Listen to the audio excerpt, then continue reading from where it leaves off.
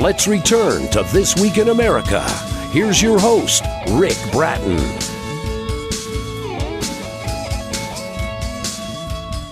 Welcome back, everybody. Coast to Coast, This Week in America. Poppies on the Hill by Ted Landkammer is about a young boy and girl who befriend an elderly lady who enjoys planting and looking at poppies. The elderly lady, Mrs. Brannigan, always waited by her front gate for the boys and girls to be done with school and would hand out cookies for them to see. One day, the elderly lady is not outside. The young girl finds the lady not feeling very well, and she decides to plant the poppies on the hill for the lady to view. A coming-of-age story of seeing the prettier things in life.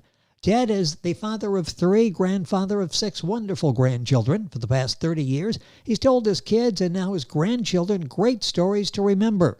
Today, he channels his talents for storytelling through sharing great stories for other children to enjoy. His book is Poppies on the Hill. Also, the author of the book, Buffy the Butterfly. The author, Ted Landkammer, with us on This Week in America. Ted, welcome to the program. It's great to have you with us. Well, thank you, sir. Well, I'd love to what you're doing and the message out there with your delightful children's books, and I'm fascinated where the story came from. Poppies on the Hill. Let's take that to start with. Where did that story come from? What was the inspiration in writing this? Well, my children at 3 and 4 and 5 that I was telling these stories to, basically, I was trying to encourage them to look at seniors and try to help them in any way they could. I've also had a couple of programs called YES, Y-E-S, Youths Enjoying Seniors. So I've had kind of an interest in the idea of kids, young people, kind of helping seniors more than some. Yes, and that really comes out in the book. And let's talk about Sarah. Sarah is the young lady who ends up befriending Mrs. Brannigan, and they really become close, and she's very helpful in her life, isn't she? Yes, she is, and very, very thoughtful and sweet. Yes, and we get to see her grow. We really see this maturation process, don't we, in Sarah, as we read about her in the book. And she understands what Mrs. Brannigan is going through and is there to help her. So we really see her become a very concerning lady. Yes, that's what I was trying to emphasize. Well, and it comes across so well in the book, Poppies on the Hill by Ted Landkammer. That's Landkammer. If you're Googling, you'll find the book at the usual places. And if you go to our website, thisweekinamerica.us, you can link on, get direct information on Ted's book. What are your plans after writing this book? Well, actually, I'm still trying to get 2 or 3 more books of this type for children done, and then I'm also writing on a couple for ideas for adults, different books for adults. Interesting. Yes, going from one in storytelling basically to children to doing adult books. So you are planning on writing more. What has this been like for you? This outlet, not just storytelling and but writing this and sharing the story with basically children, worldwide will have the opportunity to read Poppies on the Hill. What's this been like for you? It's just been great because I believe in trying to present my thoughts and ideas and sentiments and so on to more people while I'm here. Yes, and get that message out, and it's such a powerful one that you have in the book, presented so brilliantly. Poppies on the Hill by Ted Landkammer, our guest on the program. How did you come up with the title for the book? I was always a fan of and always look for poppies in the right times of the year when they're coming out.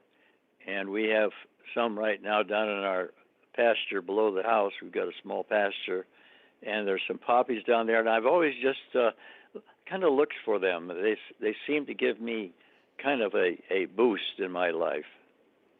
And that was the case with Mrs. Brannigan. That was something that she really enjoyed, and the kids knew that and did that to try to make her feel better. Let's talk about Yes. this process of writing. Why do you write, and what enjoyment do you get? Obviously, I mentioned this all started with storytelling. Transferring that to writing, why do you write? What do you get out of the satisfaction you get out of writing? I get a satisfaction in knowing that maybe my grandchildren would keep the books and have them during their lifetimes read to their children. So it's kind of like a legacy in life, I guess you'd say. Yes. And that's so interesting because it is a book designed sort of for grandparents to read to grandchildren, isn't it? It's a book that you can not only read but pause as you're reading and talk about what Sarah is doing and Mrs. Brannigan. You can really develop that relationship by reading it and discussing it, can't you? Yes, you can. It's kind of bringing people together, and young people with elders is always kind of a sentimental thought to me. Yeah, and there can be that special bond there. I think all of us can think back on somebody that was, our grandparents' age, and maybe we grew close to in the neighborhood, and they gave us cookies or candy or something to help with that relationship. Let's talk. Yes. Let's talk about going through it and actually writing the book. So you have this idea. You need to find the right words. You need the illustration, and by the way, it's very attractively illustrated. Talk about the whole process of putting this book together, because it's more than just an idea, isn't it? You have to relay it in words that will keep the kids' attention, get the point across, and do it from a visual standpoint as well. Yes, it's true. And basically, I've always had a real eye for little children, 3, 4, 5 years old, and I've always thought of what might keep their interest in writing something about the world and so on, and people that would catch their attention. And I hope I've done that. Well, you have. Now, the book we're talking about is Poppies on the Hill by Ted Landkammer. That's Landkammer. The other book available by Ted as well is Buffy the Butterfly. You'll find the books at authorreputationpress.com. The usual places. I'll send you to authorreputationpress.com. And when you go there, go to our website, thisweekinamerica.us. You'll go to that website and get all of the information there. Talk about the illustrations, because that's always sometimes an afterthought with a writer when you talk with them, and then they realize the importance of the illustration sort of visually telling the story. Talk about your thoughts as you were putting the illustrations together for the book. Well, basically, I had the story itself, and then I had others who helped me in the illustrations, and I approved those that I really liked. And I've been very happy with overall the pictures and illustrations, because they kind of represent the idea of the book, which is kind of a sentimental idea of bringing people together. Yeah, there's a sort of a touch of nostalgic quality as you're reading the book Poppies on the Hill by the author and our guest on the program, Ted Landkammer. Again, book available at authorreputationpress.com. Let's talk a little bit about some of the themes that you bring out, and you do it in such a gentle way. We just follow what the children are doing, and there are some messages there as well. What are some of the themes you wanted to discuss, to explore in the book? I wanted to explore the feelings of tenderness of young folks towards life in general, but particularly young children's feelings and closeness to people who are older and oftentimes ill, and to get them to let that kind of resonate in their brain and body to where they understand the fact of getting older and many times illness. Yes, and you bring that out as Sarah watches Mrs. Brannigan and understands empathy and goes out of her way to help her through a difficult period. Poppies on the Hill by Ted Landkammer, who's our guest on the program. Talk a little bit about the motivation in producing this book. Again, it's it's a great story, but there's a lot of work involved in putting a book together. It certainly sounds like a labor of love for you. What was the motivation in getting this book published? The motivation mainly came from the children that I was telling the brief story to in the beginning, and I noticed that their eyes perked up and their minds were more attracted to the story.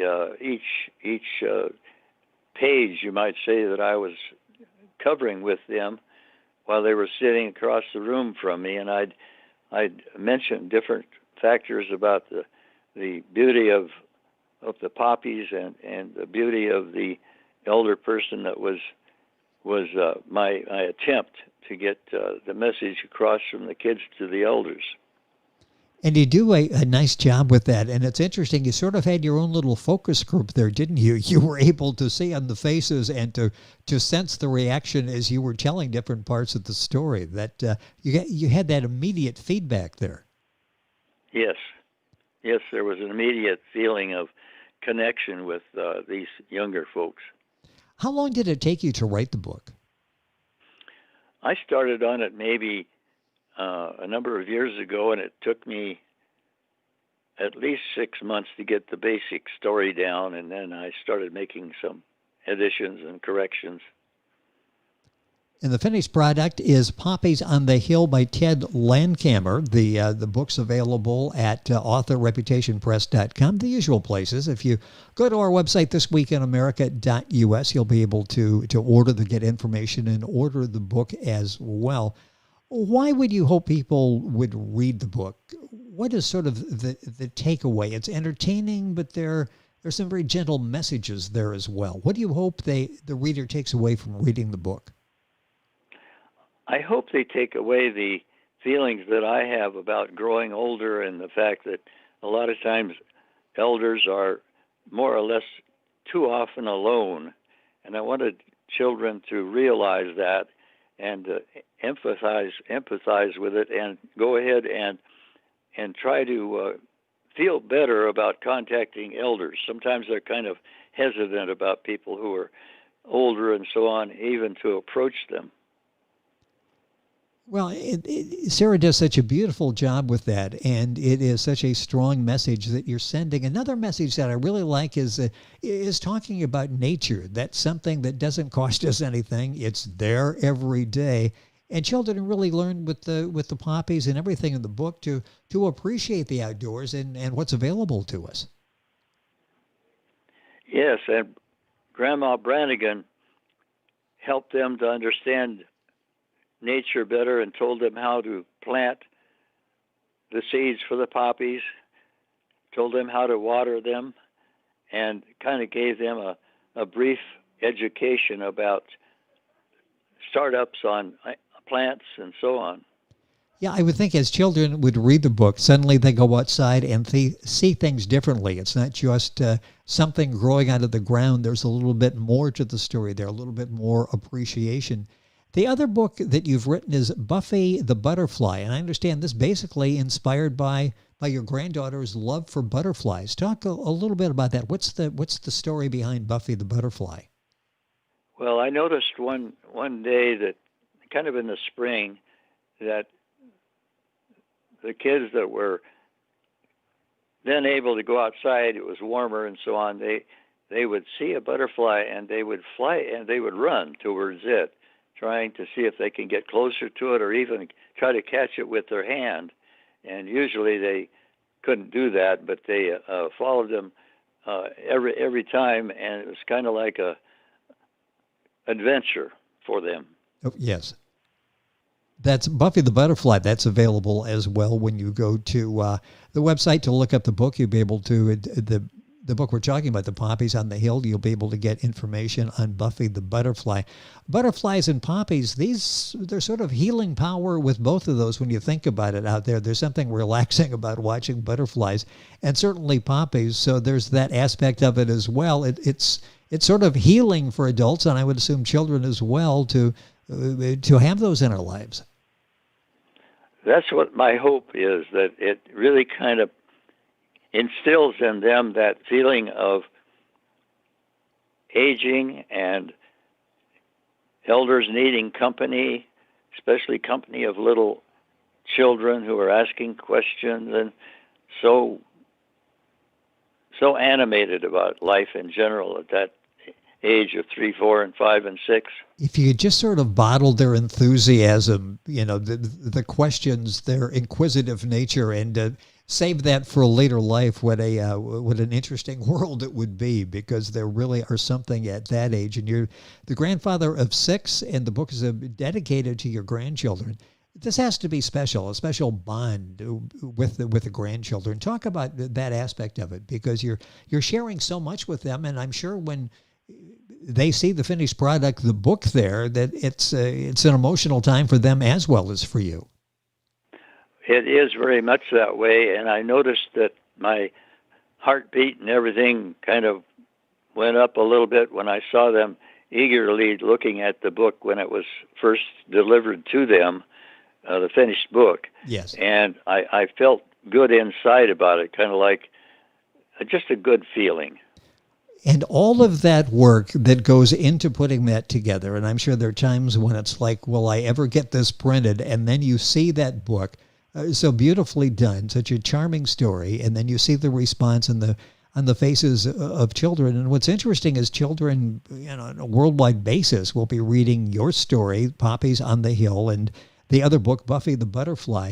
A minute or so left in the program. You mentioned that you're working on some other books. Anything coming out soon that in the next few months, for example? Yes, in the next month I've got one being completed, illustrated, and so on. And it's called I Wish I Had an Elephant.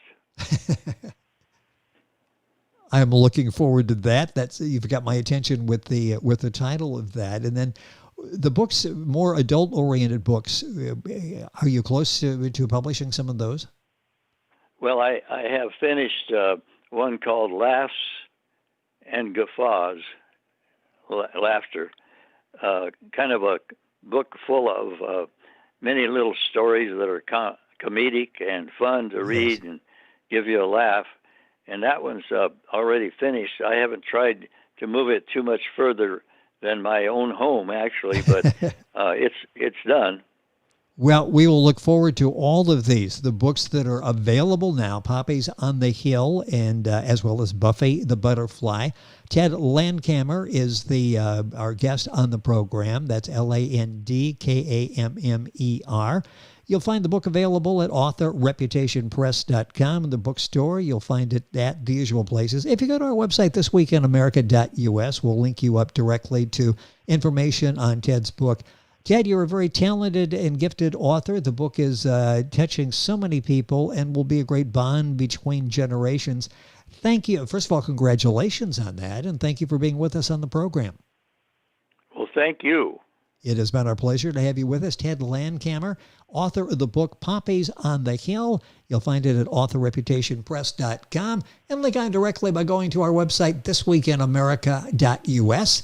And we're back on today's program after these messages. This Week in America is online. You can visit our website, thisweekinamerica.us. Scott Pinkerton, Associate Producer of This Week in America. Jay Anderson, Segment Producer. Ben Watson, Webmaster. Otto Bechet, Director of Engineering and TV Production. This Week in America produced and is a trademark of Blue Funk Broadcasting, LLC. For information on all of our guests and to listen to this week's show, our website again at thisweekinamerica.us. And I'm Sean Bratton, Executive Producer of This Week in America.